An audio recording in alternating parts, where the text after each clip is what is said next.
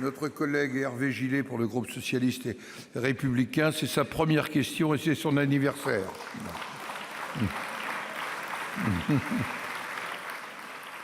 Vous avez la parole. Merci, Monsieur le Président. Monsieur le Ministre, il y a quelques jours, plus de 20 000 policiers manifestaient exprimant leur malaise. La crise dans la fonction publique hospitalière est telle que Madame la Ministre des Solidarités et de la Santé reconnaît elle-même que le pacte de refondation des urgences sera insuffisant pour calmer les esprits. Médecins, infirmiers, pompiers sont tous exposés en première ligne à la précarité, aux violences de la société. Les drames récents dans l'éducation nationale illustrent également ce désespoir lié à l'absence de reconnaissance des personnels enseignants. Dans ce contexte de défiance, la réforme territoriale de la direction des finances publiques, menée au pas de charge, vise en réalité une nouvelle fois à supprimer plus de 2000 postes dès l'année prochaine et 15 000 à terme. Monsieur le ministre, personne n'est dupe. Derrière l'annonce de cette réforme se dissimule un nouveau transfert de charges vers les collectivités territoriales. Et vous le savez pertinemment que les dotations financières de l'État pour le fonctionnement des maisons France Service Public seront largement insuffisantes. Les seuls interlocuteurs de nos concitoyens seront des animateurs généralistes dont nous ne savons rien aujourd'hui, ni de leur formation, ni de leurs compétences. Et avec cette privatisation déguisée du service public, vous n'offrez aucune garantie, en particulier celle de la confidentialité, surtout quand ces tâches sont confiées à des buralistes de moins en moins nombreux dans un monde rural, une nouvelle fois discriminé. Et comment ne pas évoquer un risque d'aggravation de la fracture sociale si vous ignorez la fracture numérique, alors que c'est une des clés de vos économies ? 20% de la population en décrochage numérique, comme le rappelle le Défenseur des droits. Rien n'est prévu pour leur prise en charge, qui reviendra dans les accueils de nos communes, qui assument sans moyens affectés le rôle d'écrivain public et numérique.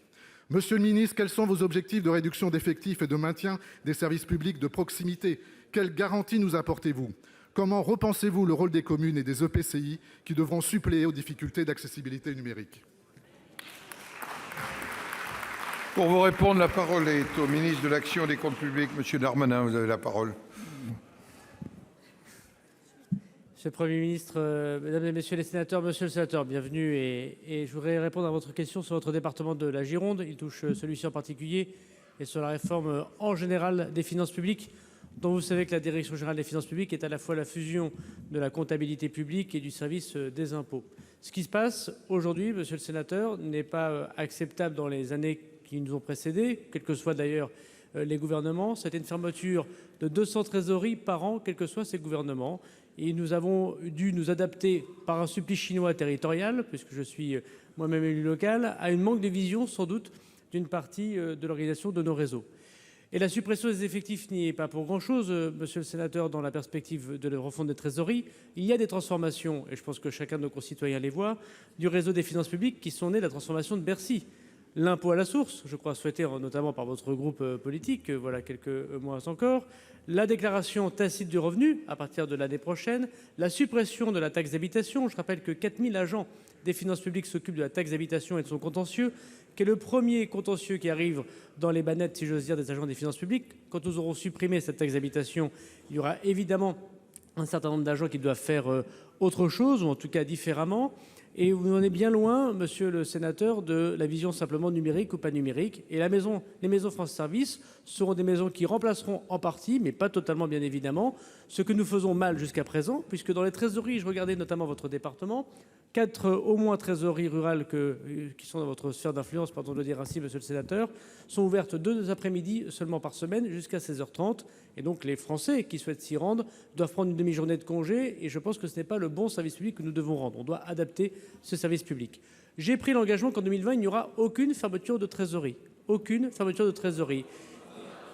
En 2020, il n'y aura aucune... Je sais que ça vous surprend, mesdames et messieurs, parce que ce n'est pas arrivé depuis 21 ans. En 2020, il n'y aura aucune fermeture de trésorerie. Et nous signerons, avec les présidents des conseils départementaux qui seront d'accord, les nouvelles cartes. Il y en a une quinzaine déjà de présidents qui m'ont donné leur accord. Tous les autres, y compris la Gironde, nous continuerons de discuter. Merci. Vous avez 9 secondes, monsieur Gillet, si vous voulez répliquer. Et comme c'est votre anniversaire, vous avez 3 secondes de plus. Voilà. Merci une nouvelle fois, Monsieur le Président.